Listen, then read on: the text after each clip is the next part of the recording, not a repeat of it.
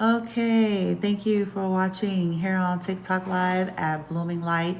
I've been digging this whole little diamond, spinning diamond with the whole purple and all of that. It's just a beautiful imagery. So that's what y'all are looking at.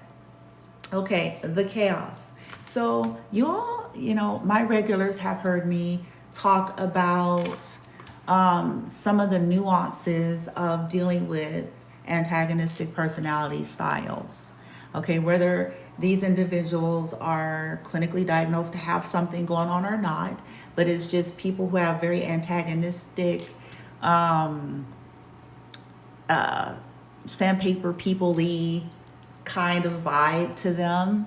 Okay, and again, some that are possibly narcissistic, even if it's on a range or a spectrum or whatever. Okay, I've mentioned stuff like, especially, let's go professional. Let's really go towards the professional arena. I mean, it applies to both, but I'm going to lean towards the professional side.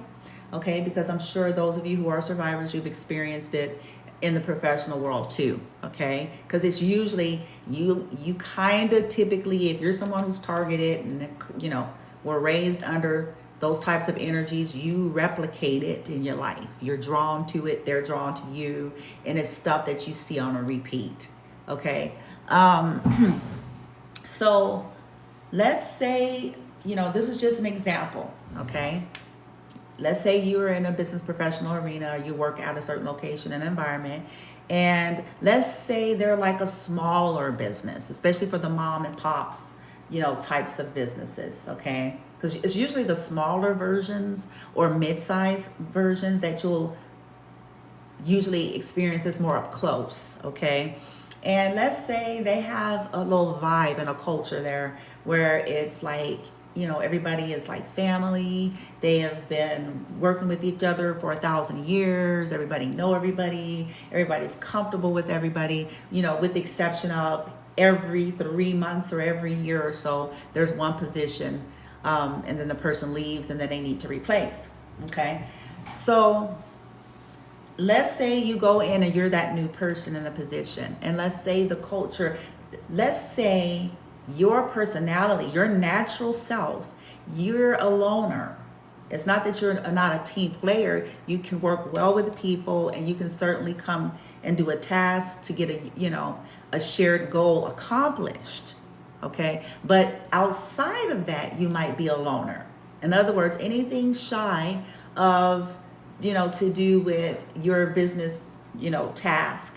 You're not trying to hang with them. You're not really trying to shoot the breeze much. You're cordial. You're professional. You're, all of those things. It's not like you're rude. Okay, so you speak to folks. You're nice. You're responsive, and so forth. And let's say they want you to become more acclimated. They say, they want to see a little bit more, friendly interaction, right? Like, company parties, company, hangouts, discussions. They want to see a little bit more you taking an interest in, outside of the work, right? And let's say that this comes up. Now, when you do, it's kind of like the damned if you do and the damned if you don't.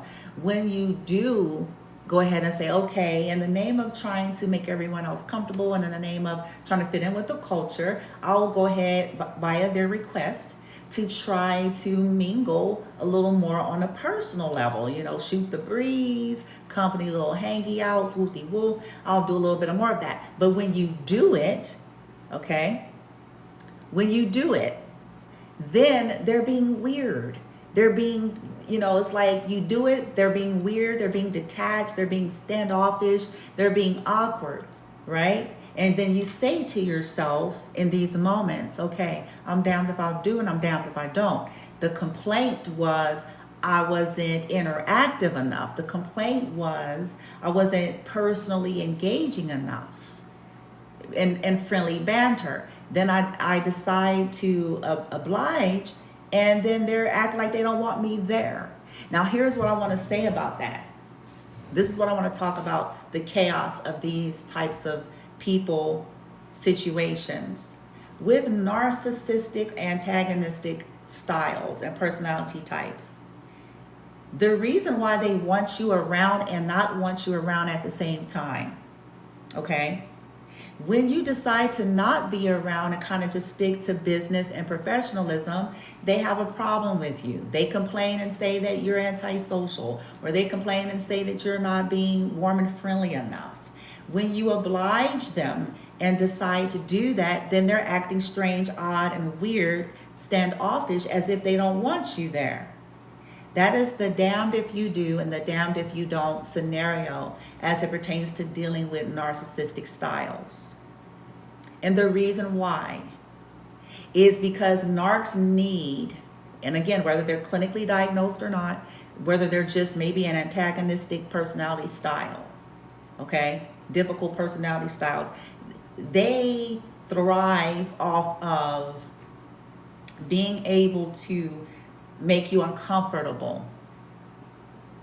They're at a crossroads within their own energy, in that they don't really like you. They don't really like you. They don't really want you. They feel bothered and threatened by you. But at the same time, they want to see you pining and panting and clawing, and they want you to be in some kind of a pygmeia, beggared energy, so that they can reject you, so that you can be uncomfortable. And you deciding not to engage in that, they use that as an excuse to say you're not friendly and you're not a team player. But when you try to be friendly and a team player, they make sure you feel unwelcomed. And that's because they thrive off of making you feel uncomfortable.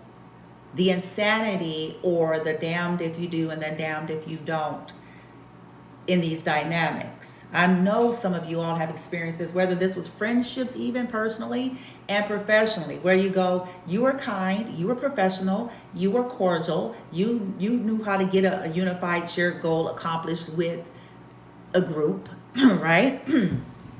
But anything past that, you just realize, hey, you know how to feel vibes. If people ain't feeling you like that, you're not really trying to be pushing, okay? Because when you attempt, people's odd responses and behavior gives you the indication of, okay, they ain't feeling me like that. Okay, then that's good, that's fine, because we're not here to become BFFs anyway. I'm not gonna push this. But the reason why they make it a problem, and you all have seen this play out, they make it a problem and they hide behind that because they want you uncomfortable. How dare you be comfortable in your own skin? See, that's the problem they have. How dare you be comfortable in your own skin, not trying to kiss our ass, right? Not trying to pine and claw and trying to fit in our little group, our little clique.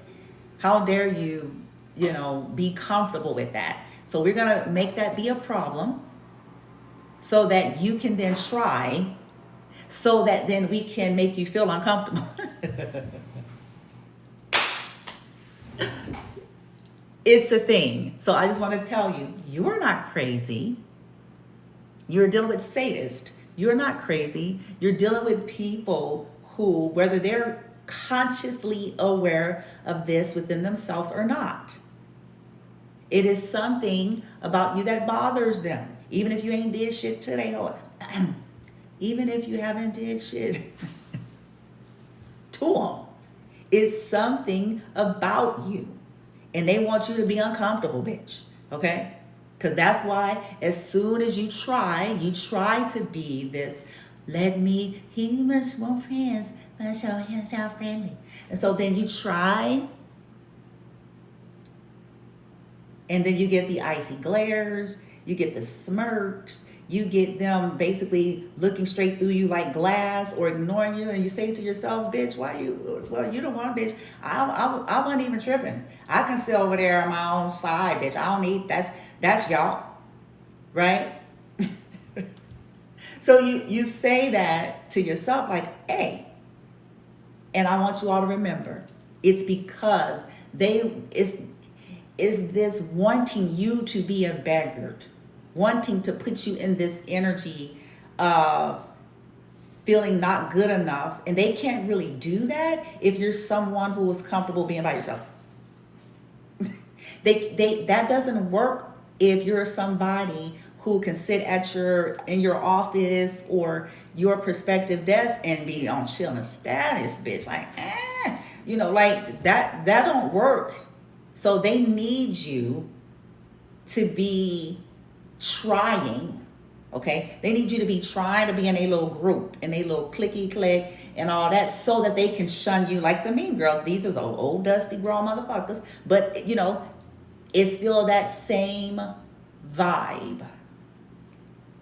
We don't like you. We're not saying it. We're pretending like we're evolved. We don't like you. We don't like you. We don't really want you here. So we want you to stand here, though. We do want you to stand here so that we can pretend like you're not here, while we want you to be acting like you want to be here, trying to get our, pining and vying to fit in our group or for our attention. That is the chaotic nature of antagonistic personality styles. It's not in your mind. This sense of feeling like I'm damned if I do and I'm damned if I don't. I'm damned if I do, I'm damned if I don't. So no matter which way I choose, they're going to have a problem with it. They act like they don't want me there. I decide to not be there. They have a problem with me not wanting to be there. See that? I try to be there. Then they act irritated or aggravated and like they don't want me there. See that? It's insanity. So what I can tell you, and there's no easy fixes. I know a lot of times we're looking for, remedy, solution, remedy. Okay, well, it just depends, case by case. There's no finality to that. It's case by case. If it's work environment, well, essentially the only thing you can do, right, is assess it, do the best you can do in the moment until either you leave or they kick you out.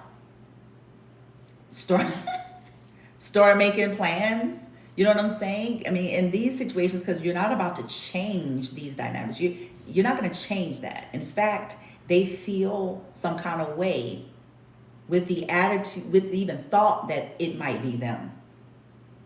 Because this has functioned just fine up until you.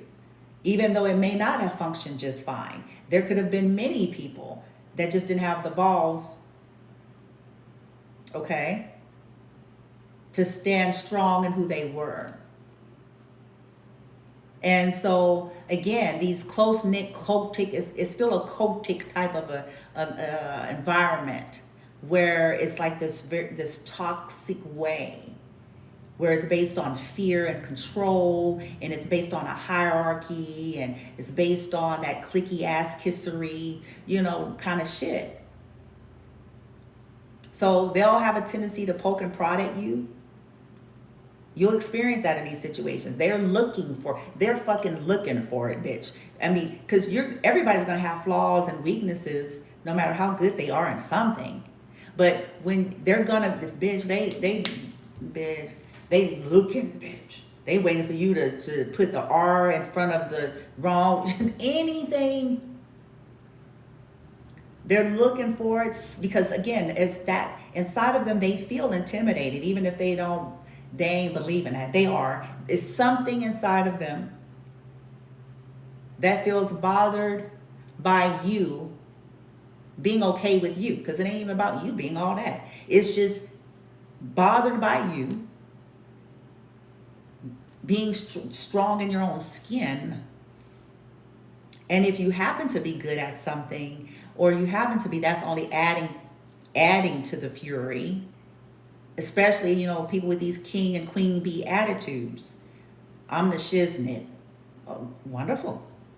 And so are other people. Get over it. You know what I'm saying? Yeah. The insanity, the chaotic nature.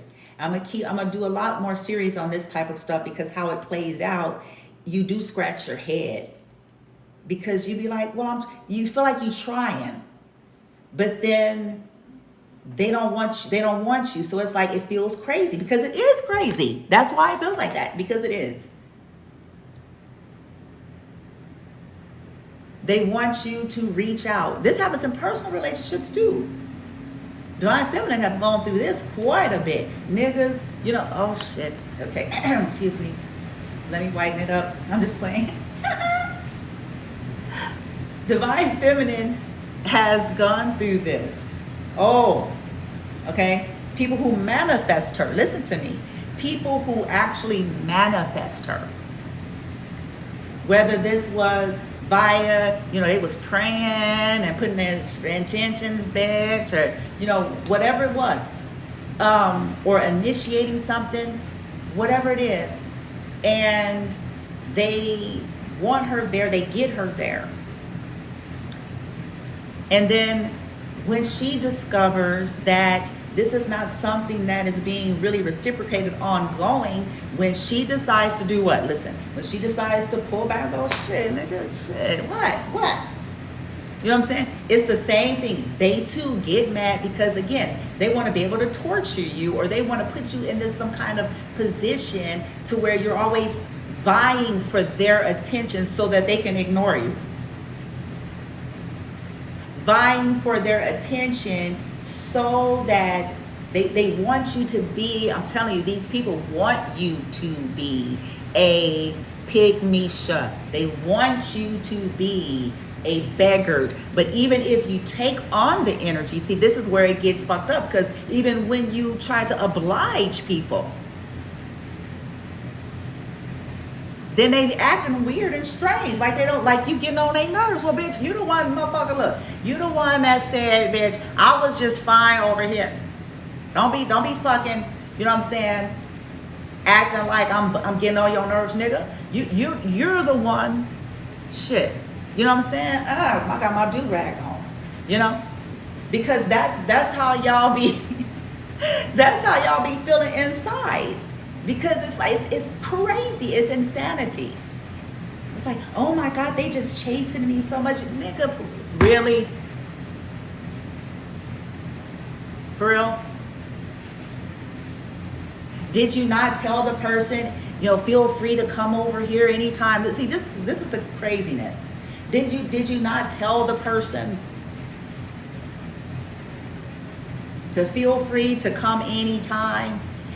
If I happen to fall asleep, come over and knock on the door. Did you not say those things? Stop acting like.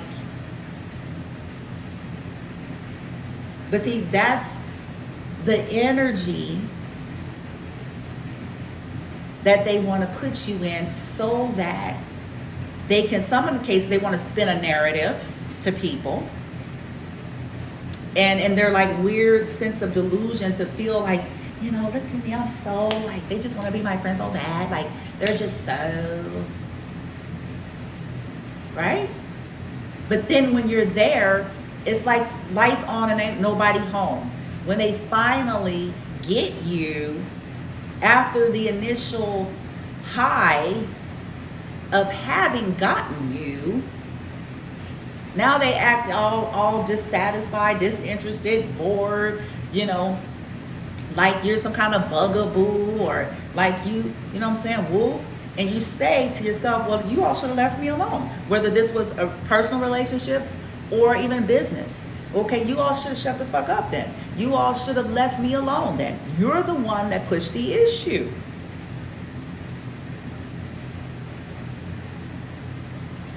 You're the one who pursued it. And as I try to be friendly, to be open, to be warm, to be welcoming, to be engaging, to be interactive, it's misconstrued. It's turned into something that it never was.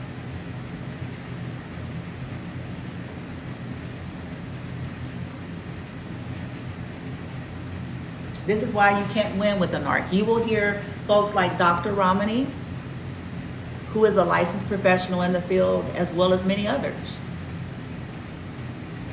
You will hear them tell you, you cannot win, because you cannot win, or there's no win-win outcome in situations with folks like that, because they're not truly at the core and the heart of the matter.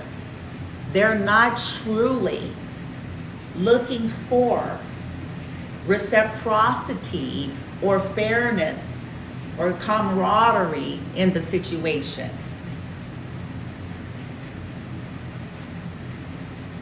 They're looking for you to be a source of supply.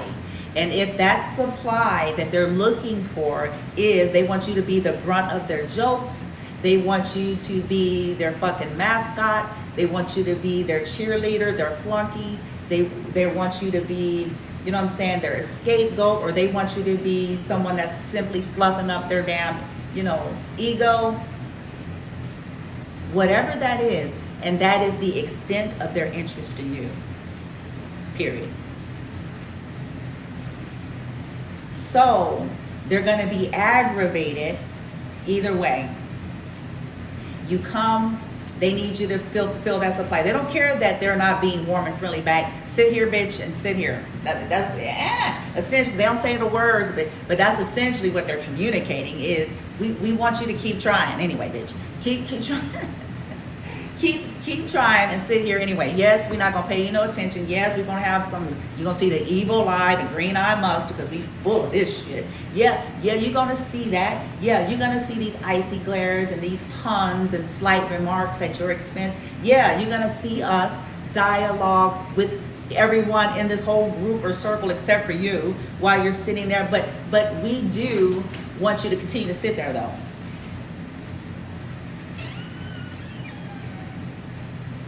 So you can watch us laugh and talk and hee and ha and have a good time while we leave you out, while we want you to be in, while we leave you out.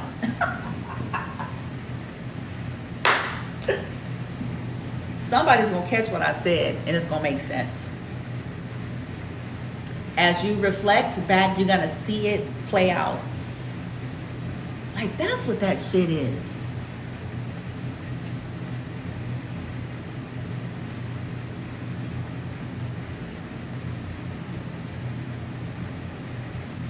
As it pertains to personal relationships, you have a little bit more power, you know what I'm saying, and control, in a sense that we do get to choose, right? If somebody's not being a good friend to you, you know what I'm saying, and you're noticing that's what's happening, you can essentially cut off that friendship,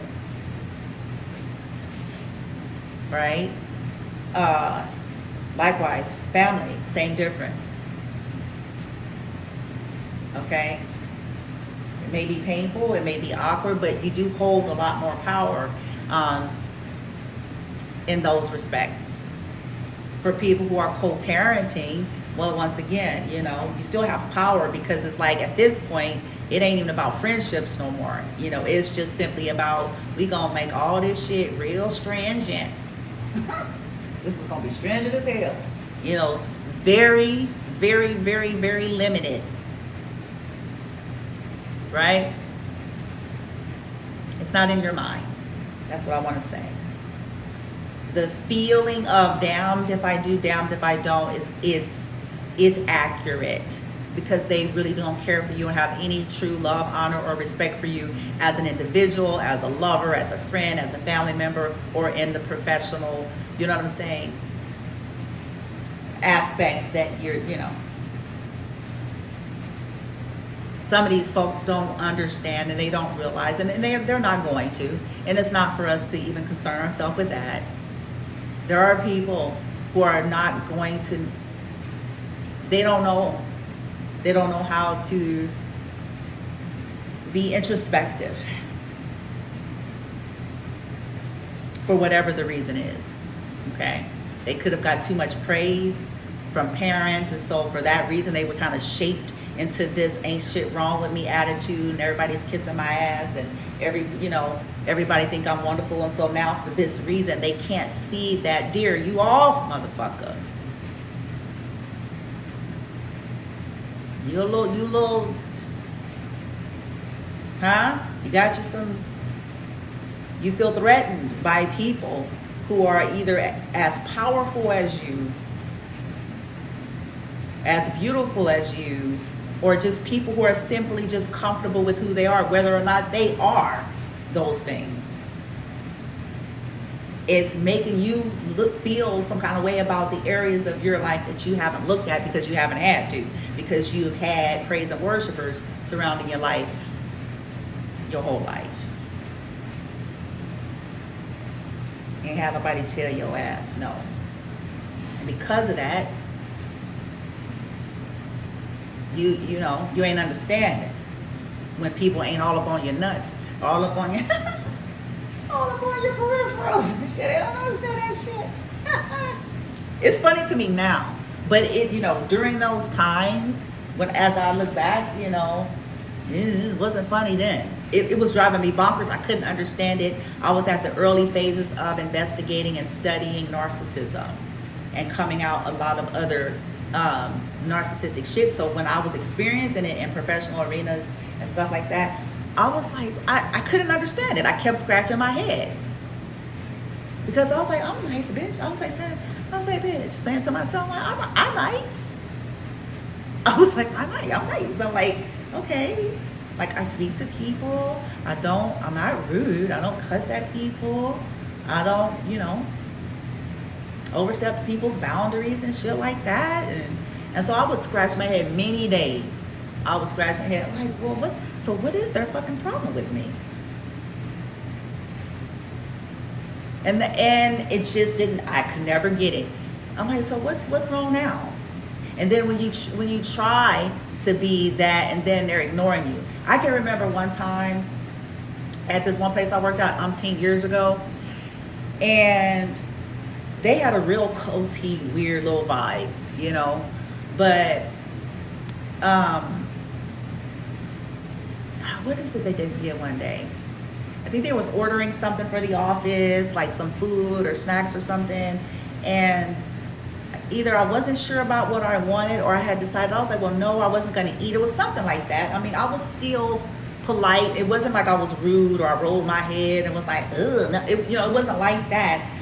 All I did was say, you know, I was like, oh, no, thank you. It's okay. You guys could place the order, you know, because they was like going around, you know, to everybody. And I was like, it's okay. No, thank you. They didn't like that, right? They didn't like that. So they placed the order. They did what they did. And then I guess they had sent one of the other girls that was there for, you know, umpteen long, forever. You know, they sent her somewhere and she ended up coming back and she brought me in a caramel frappe, right? Now, that sounds lovely, right? Don't that sound like, oh, look at that, that was nice. But look how this shit went down. She went and got that. I didn't ask for it. She went and got that. And she came into, you know, my office area where I was.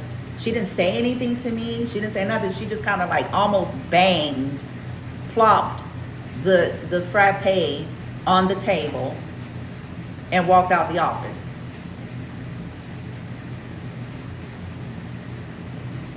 That happened.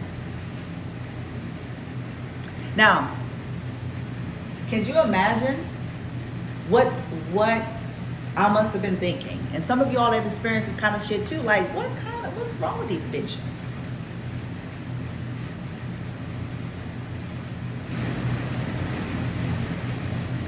What's wrong? Did they mama not teach them shit? You know what I'm saying? Or whoever the fuck raised. What's wrong? Did they mama not teach them shit? You know what I'm saying? Or whoever the fuck raised them. First and foremost, this lady didn't even ask you for that. But damn, if you gonna go out the way to do it and get it, come in there with some goddamn sense and some manners. Say here, you know, hello, communication. Oh, hey, we you know, I thought I would buy this for you. I know you didn't ask for anything. We felt bad, so we wanted to get you somewhere. That would have been a little bit more warm. The motivation and intention, it would have had a whole nother vibe. It's this over controlling, domineering, you know, here. couldn't just accept the fact that I didn't want anything, and it wasn't a slight against them. It was I did not want anything. We have a lot of folks like that. And the only thing we can do, y'all, is learn from this stuff. You're not about to change these people. Please don't try. It's not gonna serve for you to try. You will be gaslit like a motherfucker. Okay? They will project and deflect like a motherfucker on your ass. Okay? So the only thing you can do is go, okay, and put up the boundaries and continue to be you. Okay? But we don't have to be beggars and pygmishas, and we don't have to be gaslit into thinking that because we're not doing all of that extra, that it's something wrong with us, or that we're not being kind, or we're not being friendly, when people are making it known by their actions and behaviors towards us that they really ain't feeling us like that. I remember I had, there was a situation I had one time when I was dating somebody, and they kept telling me, this person I was dating once upon a time, they kept telling me to, or trying to encourage me to reach out to their sister. They kept trying to encourage me over and over again to reach out to their sister. And I'm like, I was just sitting listening to it, because I'm like, I don't do that. Okay. And their sister, was around me, or had, more immediate access. But the thing that I started to realize is like, okay, if I'm the newbie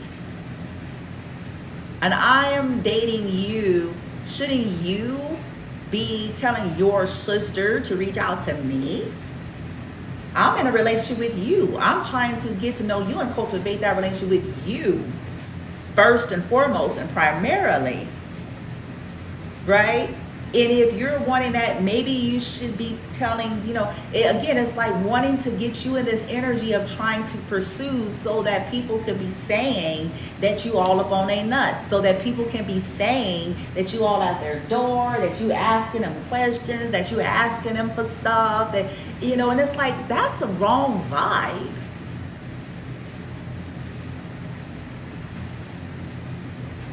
I take on the attitude and notion that, and I understand that not everybody has those views, so we have to know what our values are and kind of just try to hold firm to that. But I take on the notion, like, if somebody is new, I feel like it's in my heart to try to make sure that I'm making it warm and welcome for them, because they are already dealing with the fact that they're in a new environment or in a strange environment and so forth. It's already uncomfortable, it's already awkward. So I feel like that should fall on the people that are familiar with either the job, the place, the land, the location, when that's really the goal. And what I'm learning about antagonistic personalities, or narcissistic styles, or entitled, highfalutin, needing to be on a pedestal styles, they don't share that view. They feel like newbies should be coming in, pining for people's attention and trying to kiss people's asses. And I just want you all to know that you don't have to do that. Okay? And don't be gaslit. Sure, you want to be nice. We want to be friendly. We want to, be warm and welcoming and open. And we certainly want to have effort. But if you are not getting certain vibes reciprocated to you, you are not entitled, you are not obligated to have to continue trying. And anybody who tells you you is a narc, or a flying monkey of a narc, and or benefit off of you continuing to vie for the attention, affection, and connections with people who are making sure to make you feel uncomfortable. Think about it.